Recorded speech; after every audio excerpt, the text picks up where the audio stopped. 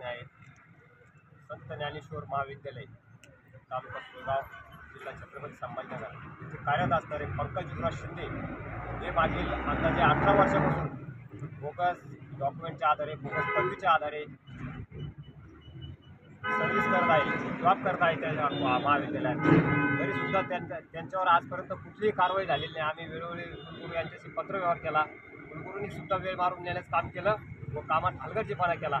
तर आज आम्ही त्यामुळं कुलगुरूंनी कुठलाही कारवाई न केल्यामुळं आम्ही विभागीय आयुक्त कार्यालयासमोर आज उपोषण मांडलेले आहे.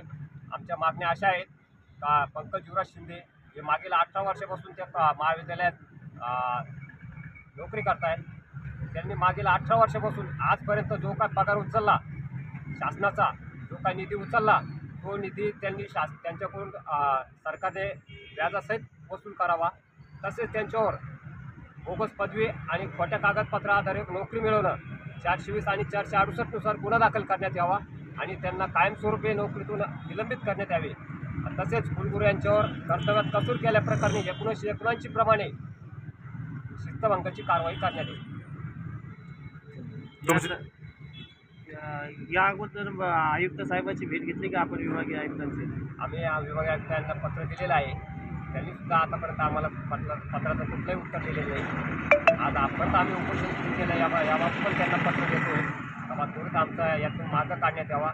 नसता मग यानंतर अनोख्या पद्धतीने आणखी उपोषण पण चालेल आणि आणखी आंदोलन संपूर्ण महाराष्ट्रात सुरू होतील. इथे सर्वसामान्य युवक आहे, गोरगरीब होतकरू युवक आहे, ज्यांनी अभ्यास करून पदव्या घेतल्या, डिग्र्या घेतल्या, त्यांनी रात्रंदिवस कष्ट करून डिग्र्या घेतल्या, त्यांना नोकऱ्या नाही आणि हे बोगस लोक हे पैशाच्या जोरावर हे जॉब करताय, बोगस पदव्या आणताय बाहेरून विकत. आपल्या याच्यात न्याय आहे का नाही? आपल्या महाराष्ट्रात म्हणजे असं खूप मोठे प्रकरण चालू आहे.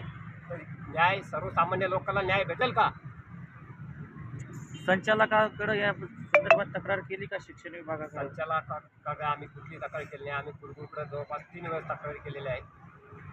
तरीसुद्धा त्यांनी कुठलं उत्तर दिले नाही, काही नाही आणि आजपर्यंत कुठली कारवाई केली नाही 6 महिन्यामध्ये. तर आम्हाला उपोषणात बसावे लागले कारवाई. आपलं नाव? माझं नाव मच्छिंद्र उबळे पाटील, छावा संघटना प्रदेशाध्यक्ष. ज्ञानेश्वर महाविद्यालय येथे पंकज युवराज शिंदे सर यांनी आतापर्यंत ज्या बोगस डिग्रीमधून शासनाला, आमच्यासारख्या गोरगरिबांना, तसेच जे मेहनती मुलं असतात, ज्यांना हॉस्टेलला राहायला आणि खायला पैसे नसतात, ते इथे तयारी करण्यासाठी 8-8, 10-10 वर्ष थांबतात आणि नंतर हे फाशीचे बळी पडतात. ह्या लोकांमुळे या लोकांना त्रास होतो. हे पैशाच्या जोरावरती यांनी बोगस डिग्री मिळवली, बोगस प्रकार केला. आमची मागणी आहे की यांना त्वरित निलंबित करावं, तसेच कुलगुरू यांच्यावरही कारवाई करावी.